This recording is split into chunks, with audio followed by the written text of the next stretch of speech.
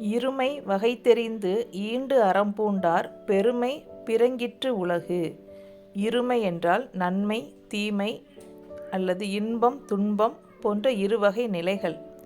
வகை தெரிந்து அவற்றின் இயல்பை அறிந்து ஈண்டு அறம்பூண்டார் இவ்வுலகில் அறத்தை பின்பற்றி வாழ்பவர்கள்.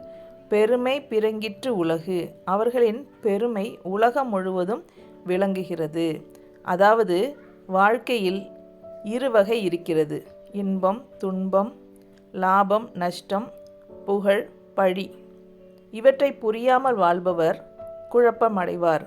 ஆனால் அவற்றின் இயல்பை தெளிவாக அறிந்து எந்த சூழ்நிலையிலும் அறத்தை விட்டுவிடாமல் வாழ்பவரே உயர்ந்தவர். அவர்களின் வாழ்க்கை சுயநலம் இல்லாதது, நிலையானது, மனித குலத்துக்கு முன்மாதிரி.